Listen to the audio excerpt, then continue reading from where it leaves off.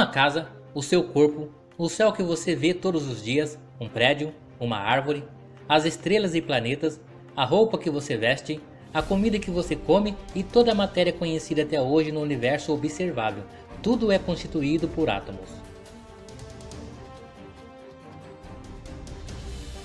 O átomo é a menor partícula capaz de identificar um elemento químico e participar de uma reação química. O estudo do átomo se iniciou na Grécia Antiga com o filósofo Demócrito. Para ele, o átomo era o menor componente de toda a matéria existente, sendo então impossível dividi-lo em partes menores, assim acreditava. Ao desenrolar da história, diversos cientistas e estudiosos tentaram definir o átomo quanto à sua forma, dando origem a diversas teorias sobre a sua constituição física.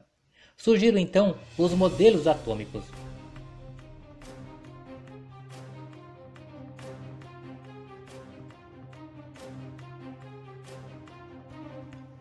Modelo de Dalton bola de bilhar, 1803. Em 1803, para John Dalton, a teoria de Leucipo e Demócrito era bastante coerente. Segundo esse modelo, os átomos eram as menores partículas possíveis, assumiam formas esféricas e possuíam massa semelhante caso fosse correspondente ao mesmo elemento químico. Através da descoberta do elétron, partícula constituinte do átomo, com carga elétrica negativa, o modelo de Dalton ficou defasado. Assim, com os estudos de Thomson, um novo modelo foi idealizado. Surgiu um átomo mais próximo do que se tem hoje em 1897. De acordo com este novo modelo, o átomo era uma esfera de carga elétrica positiva, incrustada com elétrons, com carga negativa, tornando-se assim eletricamente neutro. Ficou conhecido como pudim de passas.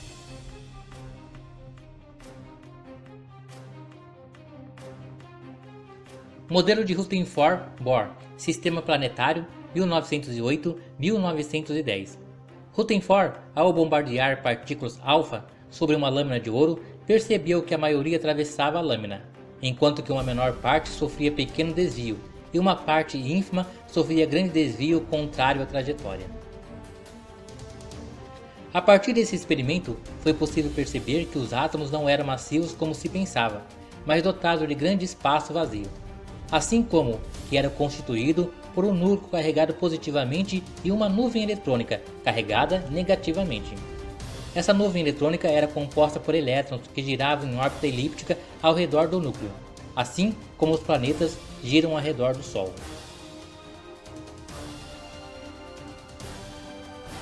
Também constatou-se que a maior parte da massa de um átomo se concentra no núcleo, que rebatia as partículas alfa no sentido contrário do bombardeio. Mas ainda havia um enigma. De acordo com a teoria das ondas eletromagnéticas, os elétrons, ao girarem em torno do núcleo, perderiam gradualmente energia, começariam a descrever um movimento helicoidal e simplesmente cairiam no núcleo. Mas, como isso pode acontecer se os átomos são estruturas estáveis?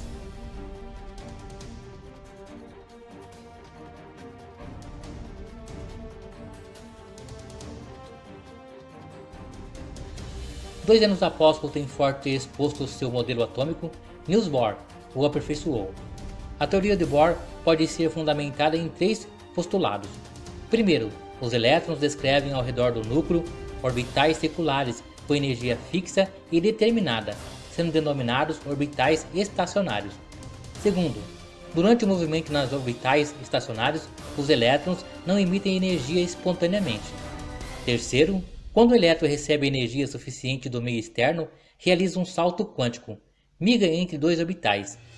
E como tende a voltar ao orbital inicial, a energia recebida é emitida na mesma quantidade para o meio, sendo essa energia recebida e emitida, a diferença energética entre os dois orbitais. Os átomos são compostos de pelo menos um próton e um elétron, podendo apresentar nêutrons. Na verdade, apenas o átomo de hidrogênio não possui nêutron, é apenas um elétron girando em torno de um próton. Os elétrons são partículas de massa muito pequena, cerca de 1840 vezes menor que a massa de um próton. Dotado de carga elétrica negativa, movem-se muito rapidamente ao redor do núcleo atômico, gerando assim campos eletromagnéticos. Os elétrons estão dispostos em 8 camadas que constituem a eletrosfera. Para cada camada, determinado número de subníveis orbitais são preenchidos. A mais externa das camadas é a camada de valência, sendo também a mais energética. Os prótons são partículas que, junto aos nêutrons, formam o núcleo atômico. Possuem carga positiva de mesmo valor absoluto que a carga dos elétrons. Assim, um próton e um elétron tendem a se atrair eletricamente.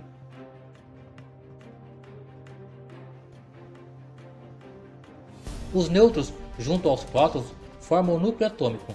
E como possuem massa bastante parecida, perfazem 99% de toda a massa do átomo.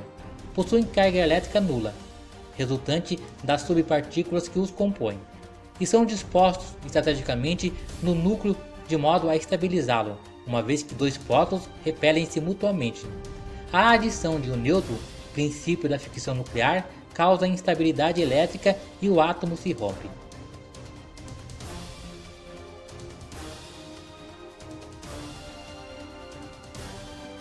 Na tabela periódica dos elementos estão constituídos todos os átomos descobertos até agora.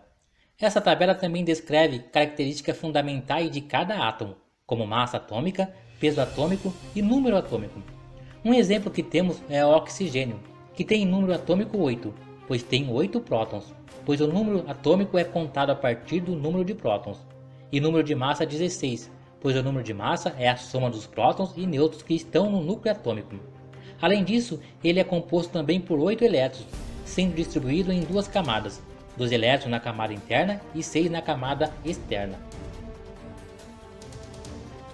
Os átomos se unem para formar moléculas que, por sua vez, formam substâncias químicas.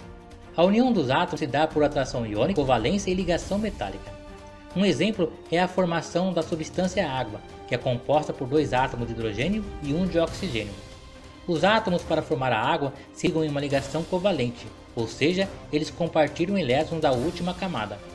Podemos dizer ainda que a molécula de água é polar, ou seja, carregada eletricamente, pois há diferença de carga elétrica entre os seus constituintes, como hidrogênio e oxigênio.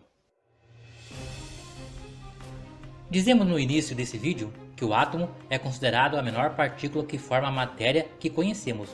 Isso está correto. Porém, o próprio átomo é constituído de partículas menores, conhecidas de partículas subatômicas. São elas os quarks, partículas subatômicas que formam os prótons e nêutrons. Tanto o próton como o nêutron são formados por 3 dessas partículas. Temos também os gluons, partículas responsáveis por manter os quarks juntos, na formação dos prótons e dos nêutrons.